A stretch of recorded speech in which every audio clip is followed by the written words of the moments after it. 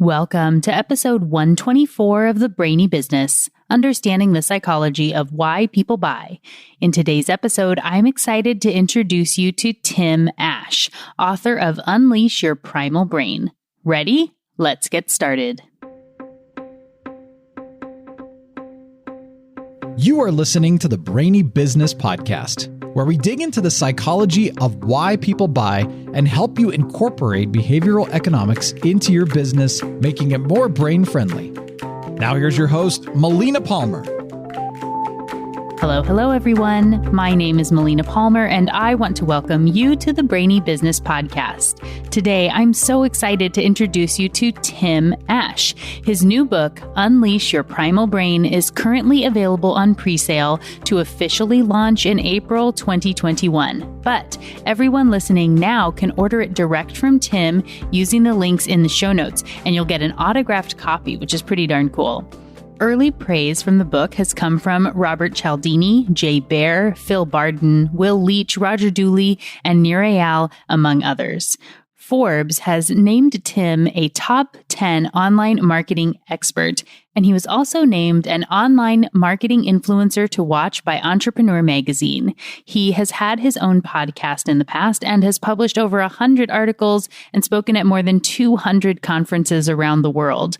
Past clients include Google, Expedia, eHarmony, Facebook, American Express, Canon, Nestle, Symantec, Intuit, Costco, and many more. I think it's safe to say Tim knows his stuff, and I'm honored to have him with me here today.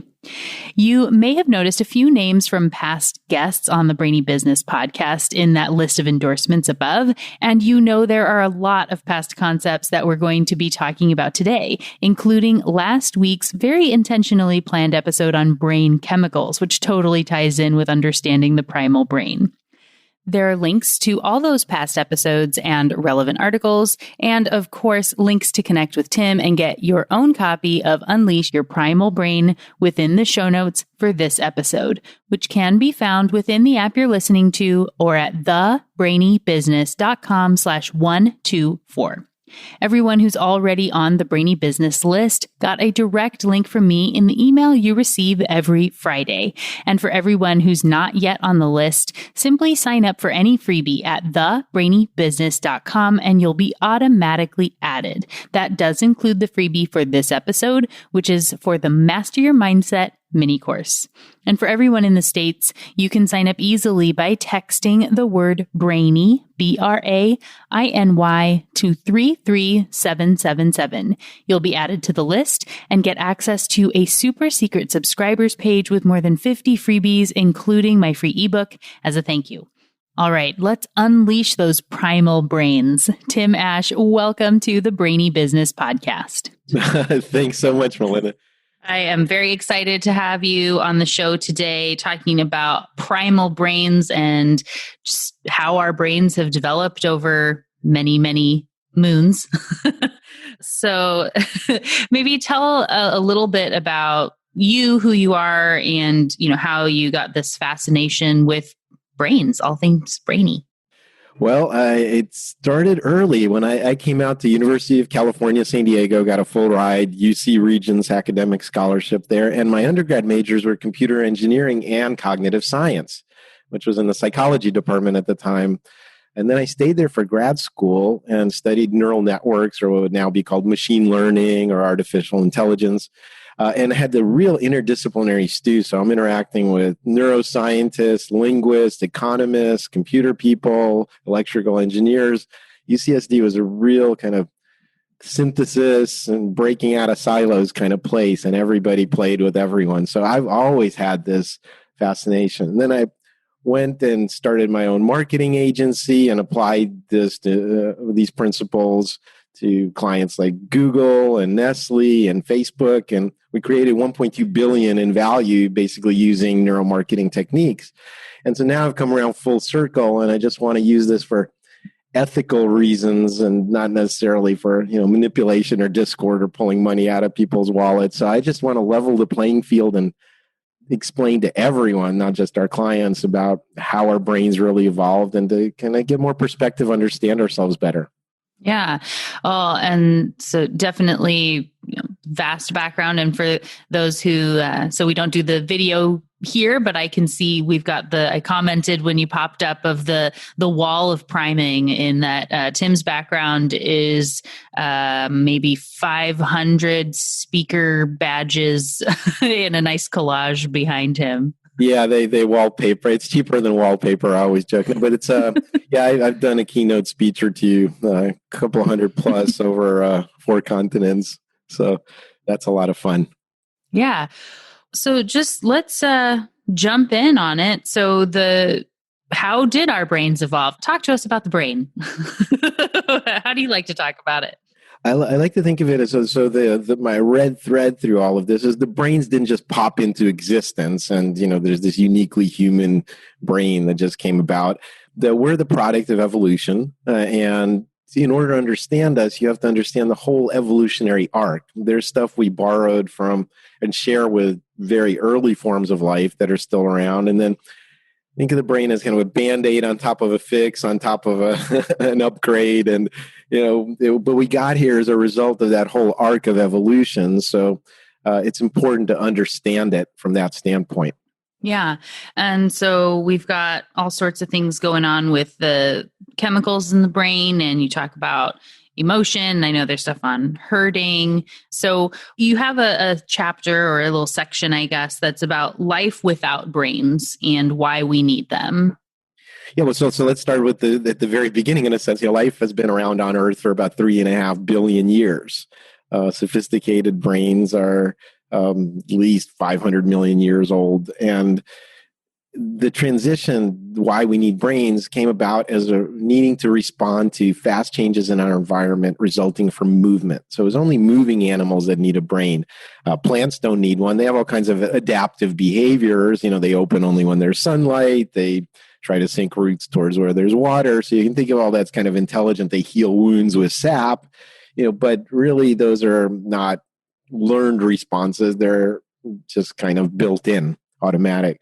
So insects and animals need brains because we're in a world of movement. And in order to think fast enough to survive in that environment, that's what brains are really for. Yeah. And so we developed those brains, and knowing that they do take up a lot of power and energy, they've got a lot going on, which is why we need our, where I talk about it as subconscious and conscious. And there's also, system 1, system 2, that sort of thing. But can you talk a little bit about how you approach the thought about rules in the brain and how that those heuristics or biases? Sure. Well, I think, you hit on something that's important. The brain is a very energy intensive system, so it better be justifying itself. It better be paying the freight, as it were. And human brains in particular are incredibly expensive to maintain, even compared to, you'd think of a smart primates like our closest cousins, chimps, gorillas, and so on. They use about 8% of their resting metabolism to power their brains. We use about 1/4. So 3 times as much. And that's a huge energy output, and it better be doing something useful.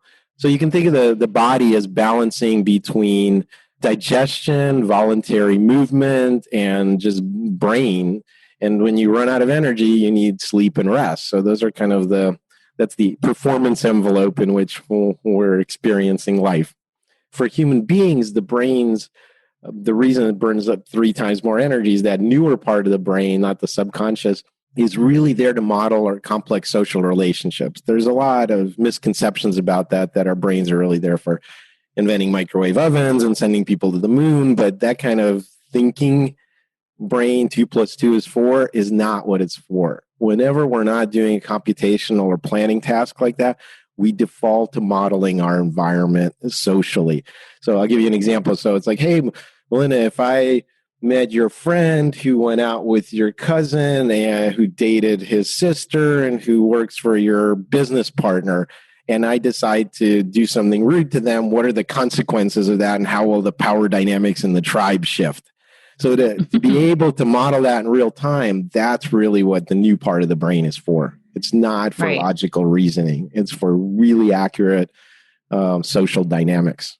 And so that is the sort of original evolution as to why this developed for us humans as we were getting into those more complex tribal life. But as our environment, I guess that evolution allowed us to build a world around us that far exceeds what the brain was actually built for, faster than it can evolve, right? That's exactly right. Well, I mean, basically, actually, evolution is accelerating and certain things are evolving in human beings faster, but still on the time scale of society, I mean, we're about to drive off of a climate crisis cliff, and who knows whether even life on Earth continues.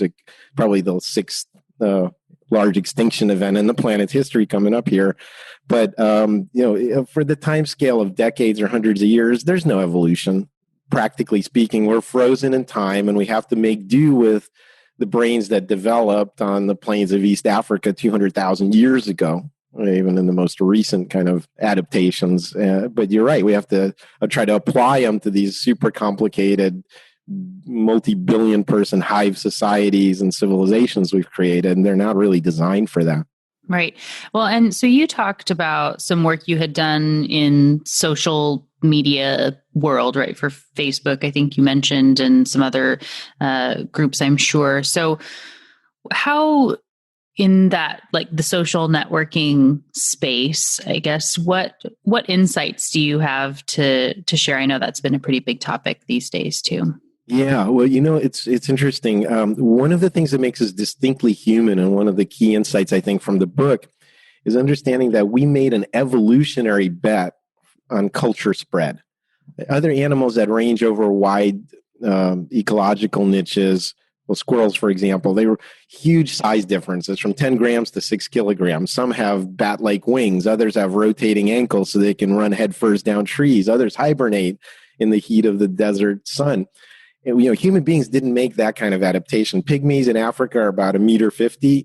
The Dutch are the world's tallest at 1.83 meters. They're not huge physical adaptations. What we made the bet on was culture spread. And we actually evolved physically for culture spread. And so the bet is that we can learn more from our surrounding tribe by aping them and copying them than we can ever in a lifetime of direct experience. And that's what gives us our evolutionary edge.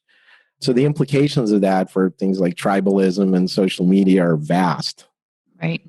And so that's kind of our mirror neurons. We decided to capitalize on them in a way that some other species have not. Well, mirror neurons exist, and there's definitely higher density of certain kinds of mirror neurons. Mirror neurons are actually weird because they tune to different things. So some can be tuned to watching somebody do something. Others are tuned to imagining that they're doing something even when they're out of our sight, behind some kind of obstacle. So that we share with other animals as well. But the larger adaptations, like I'll give you an example. Our brains are very plastic late into life. We're very immature physically, and that's also our brains can grow, and we can kind of download the cultural package. I don't know if you've ever seen the Matrix movies, but it's like, teach me how to fly this helicopter right now. And you download that. Well, that's basically what we're doing by mimicking our surrounding tribe. But to do that, we actually have to put our body development on hold, which is why teenagers rapidly mature only later in life. We want a smaller body so we can devote more energy to wiring up our brain. Another example is like we're born covered with fat. I mean, no other animal when it's born is just like this big blub. And we use that fat to isolate all of the neurons and the brain connections so there's no crosstalk or electrical issues. So these are weird adaptations at a physical level in order to spread culture. Yeah, no, that is interesting. Where you think it's so fascinating to us as humans to say that, when giraffes are born or cows, they just start walking right away. And you go, what? That's amazing. How strange that they do that. But really, we're the weirdos, right? We're the weirdos that take the most care, the longest time. But we're spending our time mimicking, like you say, mirroring, but not just the physical movements, but also the beliefs and values and downloading that from the people around us. So in order to create culture, you need kind of two things. You need to be able to learn and figure out who to learn from, and you need to have somebody willing to teach you. So unlike just male gorilla dominance or something like that among other mammals, we also have this thing called prestige. We actually get a big emotional payoff by paying it forward, by mentoring, by teaching other people. If I came to you and said, hey, Melinda, tell me everything you know about the brain, and you're like, screw you, that's taken me decades to get that knowledge, well, culture spread ends.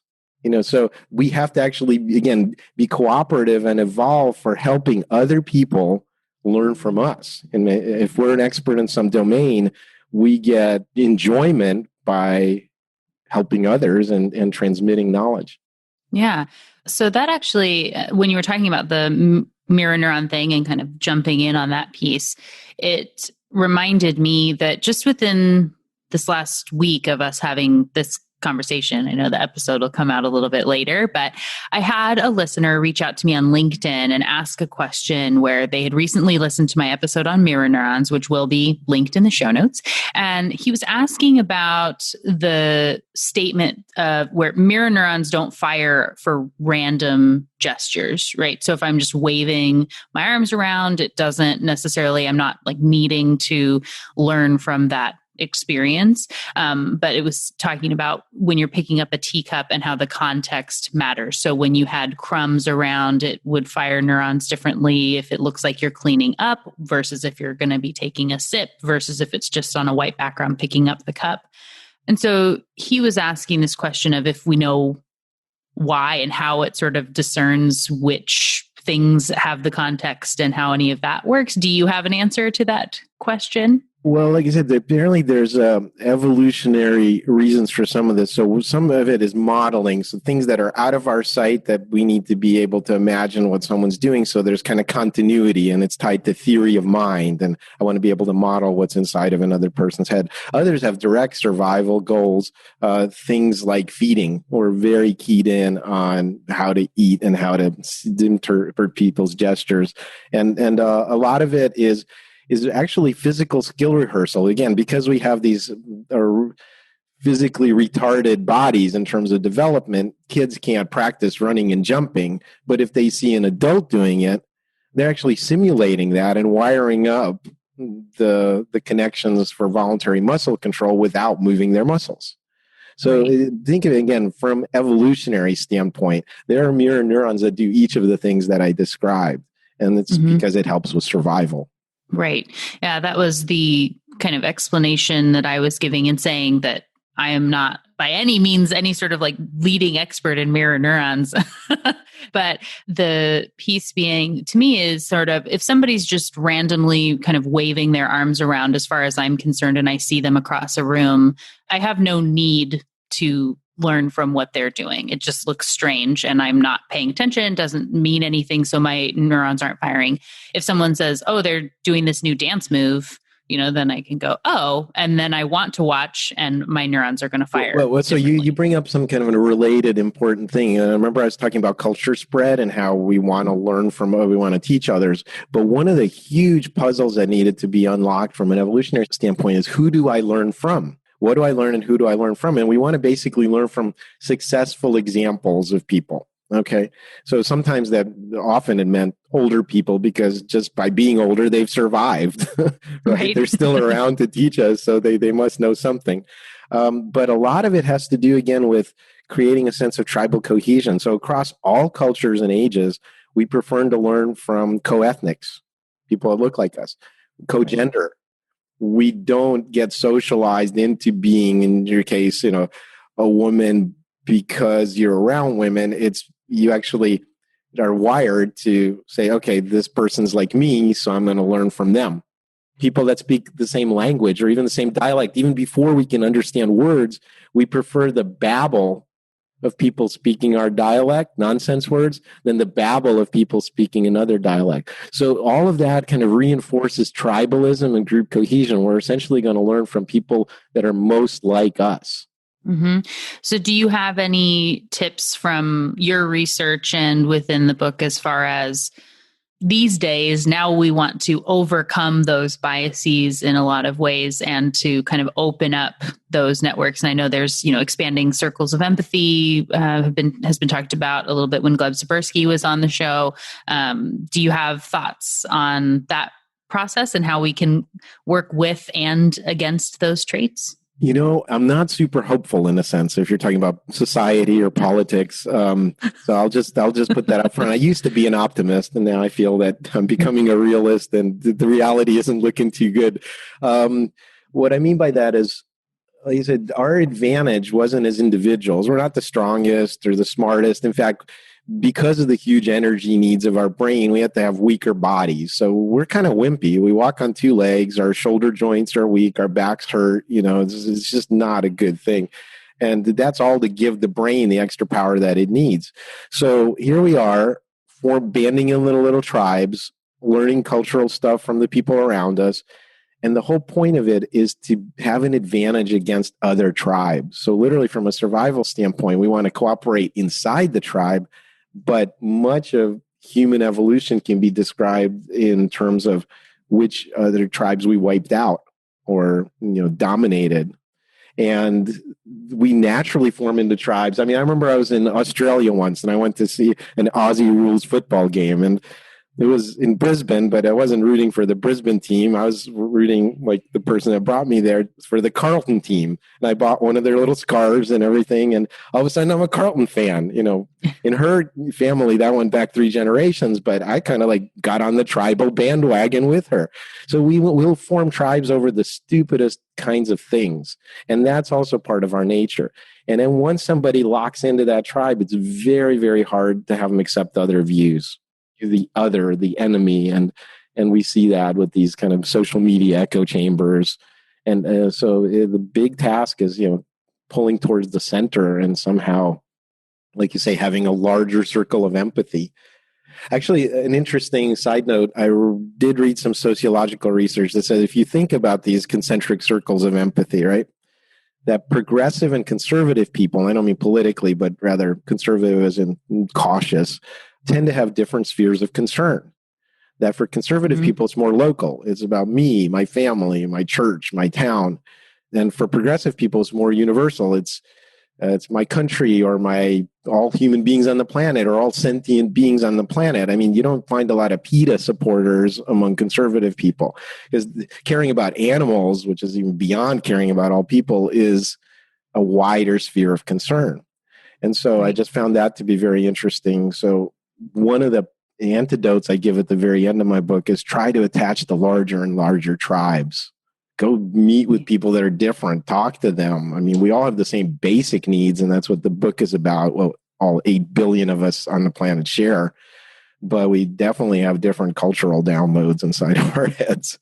Yeah. Yeah. Well, that's where I think about it. And I talk about this in some of my presentations on change management when you're looking at a company, and where a lot of businesses get siloed. Most businesses are very, very siloed, right? And you end up having this team against that team. And if they win, the marketing versus sales, or marketing versus finance, product, right? Product marketing versus the world, I guess, is sort of where. Well, yeah, pretty much everyone against marketing. I know we're cut from that same marketing cloth, so I get that.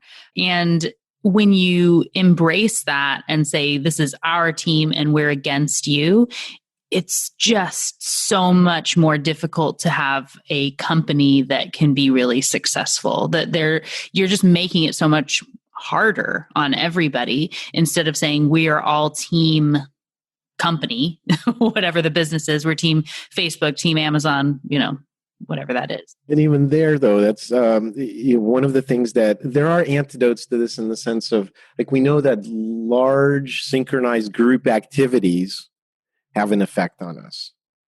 So whether that's singing in the church choir, or it's doing Tai Chi in the park, I mean, it can be even with total strangers that you've never met and that or that you don't like. People you don't like, but participation in synchronized group activities, even doing the wave in a sports stadium, actually makes us feel better and brings us closer together. So that's one way. If you can get people to do the dumbest whatever, like you're at the company event, let's bring all the departments together and do the hokey pokey.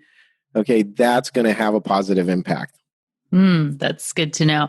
So I am potentially one of the weirdos of the world, which I know that anyway. So I'm definitely one of the weirdos of the world. But, so I am a person who will not do the wave.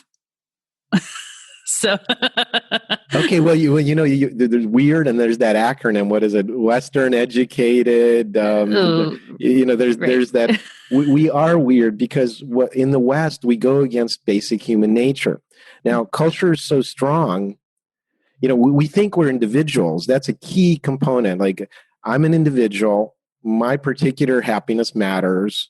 I have agency in the world and all of this stuff. That's a very Western idea. Most of the world in the Far East, thinks more communally and get along, harmony. That's actually much more in line with the basic biology of it. So, but culture is so strong that even the notion that I'm an individual, that was implanted culturally into your head by your surrounding tribe. Right. You weren't in the West. You wouldn't think like that. We think we're like, no person is an island. No one can tell me what to do, or I'm such an iconoclast. Well, that notion of being an individual was itself something that was snuck into your head via back door culturally. Right. I know. And it's a funny thing that was making me think of the book, The Time Machine from eons ago these days, right? But so where you end up with... Yeah, H.G. Wells, yeah. Yeah, so you have the Morlocks, of which, if you think about in a world where if this like sort of Westernized culture versus others, I mean, we really would develop just so differently in the traits that go on in our group versus others. And it's not sunlight or not, but it does have an impact overall if it's allowed to perpetuate long enough. Yeah. And by the way, I'll just talk about individualism and loneliness and kind of that whole axis. So we're the most hypersocial of all animals. I mentioned that we're there to model the modern part of the brain's there to model all the social interactions. We have a close group size. Robin Dunbar did a lot of research around this, about 100 to 200 people that we can have direct relationships with. And outside of that, it's more of strangers. We can cooperate at the level of ideas with billions of people, but not know them personally. But one of the things that's key about us is this hypersocial nature and this need for connection. All mammals have it, but we have it to an extreme degree. So the worst thing you can do to somebody is isolate them. And all the social sanctions, if you don't spread the appropriate culture, if you don't bend to the will of your tribe, if you don't put the right political sign in for your front yard based on where you live, there's this escalating kind of degree of compliance. We're kind of all sensors and of other people's behaviors, keeping them in line to make sure that culture spreads effectively in our tribe. So, it could be ostracism, it could be denial of economic or mating opportunities, it could be banishment, it could be death ultimately if it's extreme enough. And that is there to keep that kind of cultural fidelity. But like one of the worst things you can do to someone is cast them out of the group, right? I used to live near Philadelphia when I went to high school. There's that famous art museum with Rocky, pumping his fist on top of the steps. Not too far from that, like within a quarter mile of that is the penitentiary. And this was like in the early 1800s, they developed this thing where the idea was that human beings are intrinsically good. That was the belief. And the only reason they become criminals is because they had bad influences around them. So if you just keep them in a cell with the good book, with the Bible for 24 hours a day, they'll come back to their better true nature. And basically people went insane. Right. And you see this in the maximum security prisons where they keep the lights on all the time. You're in your cage 23 hours a day. We cannot be isolated. That literally drives us insane. Which that's why, solitary confinement is the big threat. Is inhuman. It's just, we're going to look back on this 50, 100 years from now, if we're all still here, and say that was just, oh my God, that was so Dickens, Mm-hmm, mm-hmm. Yeah. No, I think we all get it on some level, but it's when I guess those punishments come in or whatever it is, or you think about ostracizing the group. I mean, even as, as we're developing as children, right, where the group of the cool kids don't want to hang out with you, or you're not part of you weren't invited. Yeah. That's why all those, I have two teenagers. It's very painful going through junior high and high school and all. Their problems are just as real, and they have strong hormones as well. But the social stuff, that's when it first develops, as you transfer your allegiance from your parents to your larger group of peers. And that's the transition that teenagers are making. In fact, when you ask them about their self-image, they'll access that part of their brain that has to do with the model of how other people perceive them. It's not even like, you ask me about me, this is me. No, it's like, you ask me about me, what do my friends think of me or other people think of me? Right.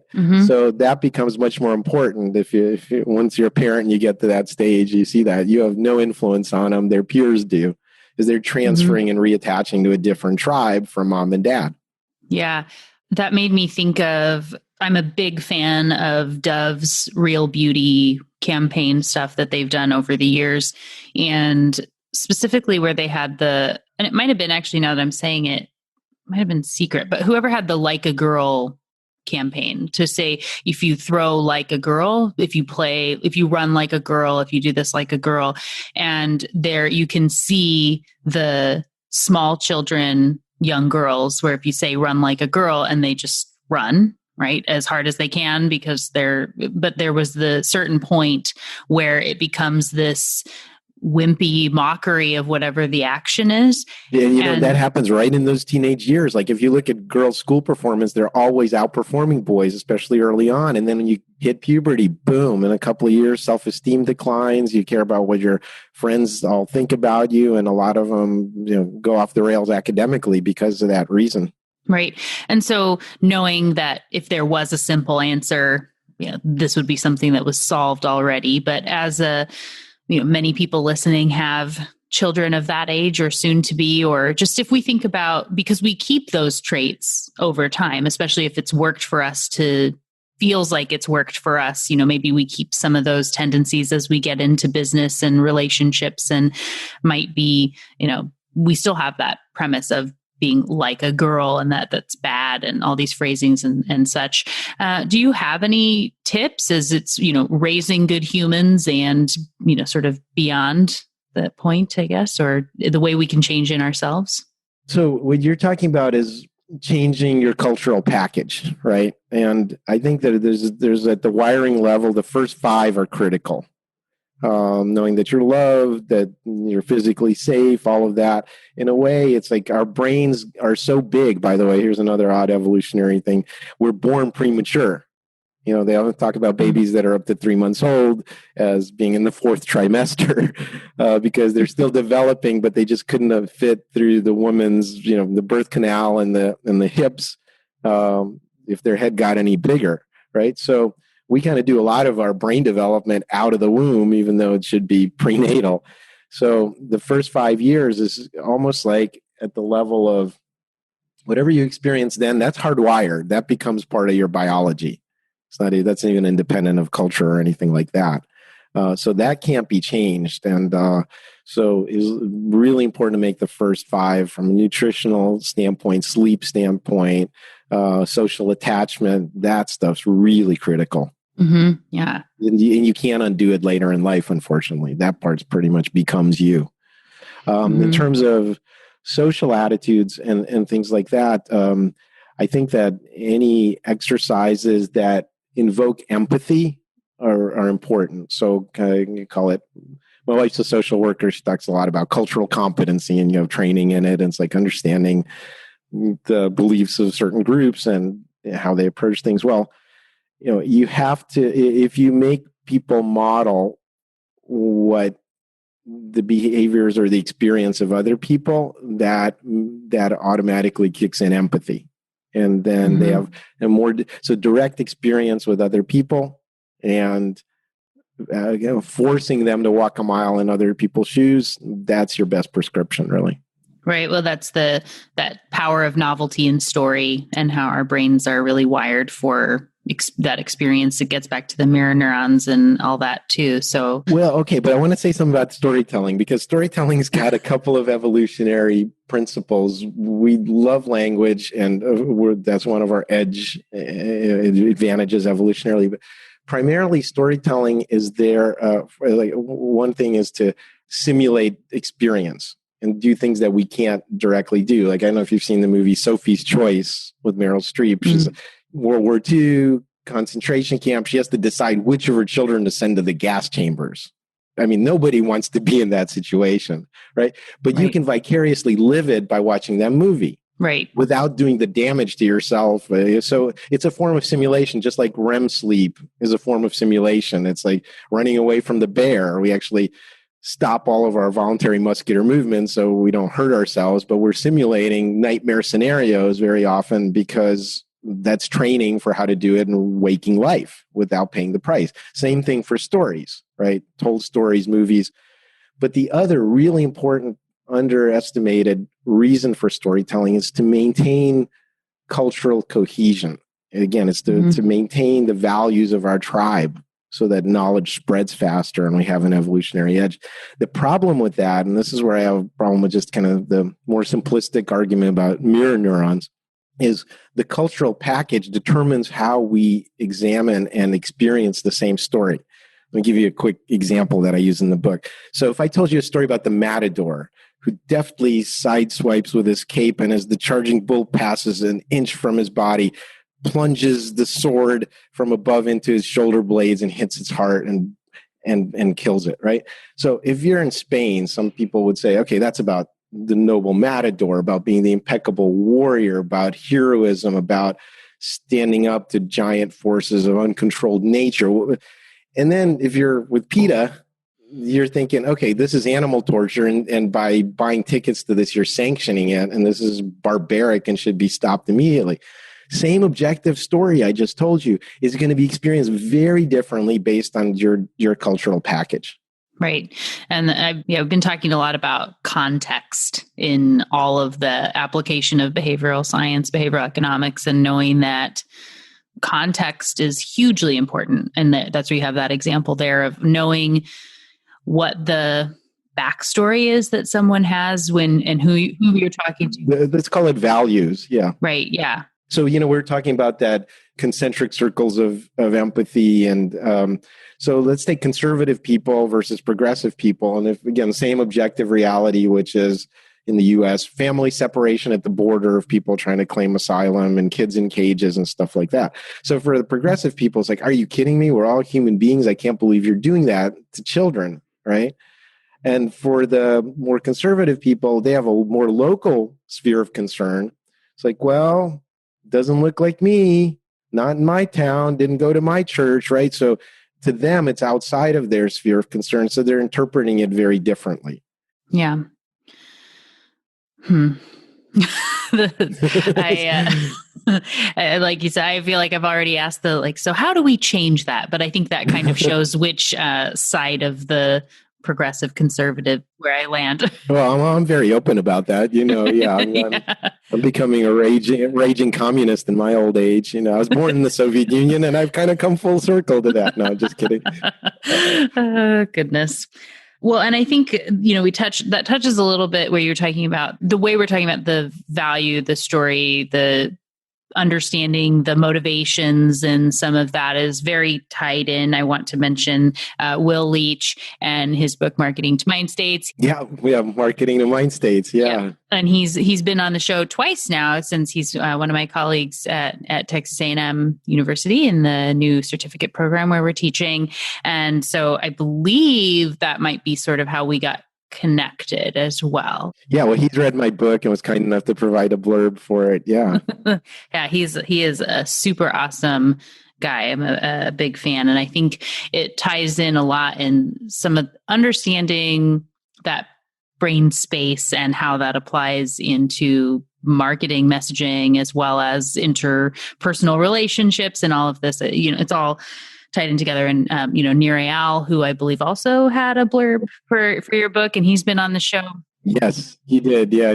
Nir's had two great books, Hooked and Indistractable is his latest one. Yeah. Yeah. He came on and talked about Indistractable. And that's where I think it's very a similar path, like you're talking about. He wrote Hooked and then kind of the Undoing The Antidote. Project. Yes. Yeah. And then that's like you're saying you had your work and now looking at this Unleashing Your Primal Brain and how that is a different perspective. Well, I see. So my reason for writing the book is this isn't an applied book. You get tons of insights out of it if you're a marketer or business leader or sales or persuasion. But this is just as important for relationships. I cover gender differences and culture, like I said, tribalism, belief systems, all of that. Or for personal development, understanding creativity and sleep and whether chasing happiness is a good idea at the neurochemical level and the side effects of that. So this is really like the operating system or being human 101. It's not an applied book. It's just to distill all that in a non-scientific, non-jargony way and make it accessible. Yeah, just a more in-depth of where a lot of the concepts that the listeners have heard on the show and where we talk about how the brain works. And if you want more and way more on what that all means and just a really fascinating dig in on the brain and how it got to be the way that it is, to understand that on a deeper level, this book of Unleashing Your Primal Brain is very much the way to go. So, well, thank you. Yeah. I mean, I just looking at it is explaining the why behind it. I mean, I'm a practitioner like you. I was in marketing, right? So there's behavioral economists. There's people changing habits at the individual level, like, invest for your retirement and eat your broccoli kind of stuff, right? Or social policy or medical imaging. But everybody's like those proverbial men around the elephant, touching different parts of it and describing it differently. And I'm saying, like, here's the elephant. It's evolution. If you want to understand the why behind it, you have to see how it all evolved. And then all of this stuff kind of makes more sense. Yeah, absolutely. Well, there will definitely be a link for the book in the show notes. That's easy. It's primalbrain.com. So that's... that was where we were going, right? So what's the best way to get in contact with you and find more information, which it sounds like checking out primalbrain.com is the... Well, if you want to get in touch with me about speaking or the online marketing consulting or anything like that, that's timash.com. Also pretty easy. It's TIMASH. But primalbrain.com specifically about the book. It has a table of contents, the intro, and some more where to get it, of course. And it's available in ebook, audiobook. I know some people prefer that. And in the US, pre-release autograph copies you can get on my site directly. Woohoo! Awesome. Well, that is fantastic. Again, we'll have all those links, and just, thank you again, Tim, for joining me today and talking about the new book and all the amazing work that you've been doing on the brain. No, it's my absolute pleasure. Thank you again to Tim for joining me on the show today. It was so fun to learn more about our primal brains and how we turned into the species we are today. It's so important to understand the genetics and history to really understand behavior, which is, of course, at the root of behavioral economics. I want to take a moment for a couple of notes from research I did after my chat with Tim to ensure that everything I said throughout the conversation was accurate and properly attributing quotes and things to the right people. First, I mentioned the phrase raising good humans while Tim and I were talking, and it was nagging at me for a bit as I was quite sure I didn't come up with that great phrase. It's actually the name of a book written by a friend of mine, Hunter Clark Fields, and I've linked to it in the show notes for everyone with littles out there. It's definitely a time to think about raising good humans. Thanks to Hunter for such a captivating name that stuck in my brain. Next, I mentioned the Dove Real Beauty campaign, which I continue to love, and was trying to remember who did the very powerful Like a Girl campaign. While I still completely adore Dove's work, and Secret has done some amazing things as well, Like a Girl was made by Always and was their 2015 Super Bowl commercial. It deserves lots of eyes and brains learning from it. I have links to the Like a Girl video and the campaign for Real Beauty ads from Dove within the show notes for the episode. If you haven't looked at any of them or haven't seen all of them, you definitely should. They're really wonderfully done. The last item is a shout out to Julian Rochel. I'm really sorry if I mispronounce your name, but Julian is the one who had asked the question about mirror neurons that Tim and I discussed on the show. Julian is, of course, a fan of the Brainy Business and had first reached out to me when he had written a LinkedIn article on what e-commerce can learn from IKEA. And it's not about the IKEA effect, funny enough. And he asked me to take a look at it. It was really interesting and well thought out, and I got to see some of the super cool stuff he's doing in augmented reality. There's a link for it in the show notes, so you can check it out too. And thank you again to Julian for listening and connecting with me on social media. If you haven't connected with me yet, please do. As you can see or hear, I love to give shout outs and spread the love whenever I can. You can find me, Melina Palmer, and follow the company page of the Brainy Business on LinkedIn. And I'm on all the other socials as the Brainy Biz, B-I-Z. To make it easy, there are always links in the emails I send out every Friday and within the show notes.